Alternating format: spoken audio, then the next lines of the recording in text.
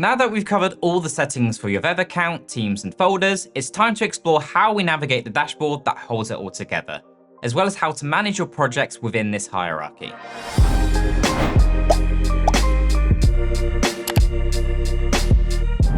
From the left-hand navigation, you'll be able to access certain menu items. Simply put, selecting the desired location on the left-hand side will open out that option within the main screen of the project dashboard to the right of it.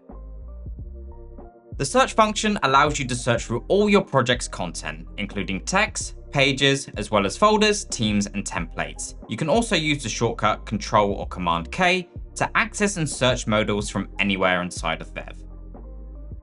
The recent page is the default view you will see when you first log into Vev. This is an overview of projects that you as an individual user have recently visited. You can use the space to jump straight back into projects that you've recently worked on. The Drafts tab is a personal folder for you as an individual user. Any projects created or moved into this folder won't be accessible by the wider team or other members of your account. This is a great space to experiment with the design editor without other users in your account being able to view it.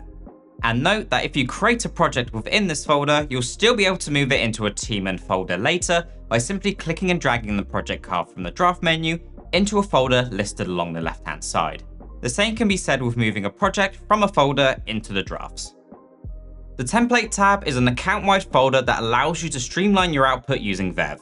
Creating templates fulfills various purposes to cater to your needs, such as mass-producing articles, maintaining brand consistency, and simplifying content editing. In the last lesson, we covered the account structure, as well as the teams and folders that live within them. If you have access to more than one team within your account, you can navigate between them via the team dropdown in the menu on the left-hand side. From this dropdown, you can also mark certain teams as favorites by hovering over the star symbol and clicking on it with your mouse. This will pin the preferred team to the top of the list. From this menu, if you're an account owner or admin, you'll have the option to be able to create a new team as well. You can also access team settings by selecting the team name on the left-hand side. Then from this menu, navigate to and select the cork symbol at the top right-hand corner. Finally, we have the folders that live within teams to allow you to organize your projects, just like any file system on your Mac or PC. You can easily rearrange your folders and projects by clicking and dragging them along the panel on the left-hand side. You can also move projects from one folder to another, just like we covered for the Drafts folder, by simply clicking and dragging your project card into another folder. Users on our organization plan can also click and drag a folder from the left-hand side into another to create a nested folder. When you have a nested folder inside of a folder, you'll see a little drop-down queue to reveal the folders inside of it. And just like teams, within each folder, you'll also be able to choose the settings that will be applied across any projects created within that folder.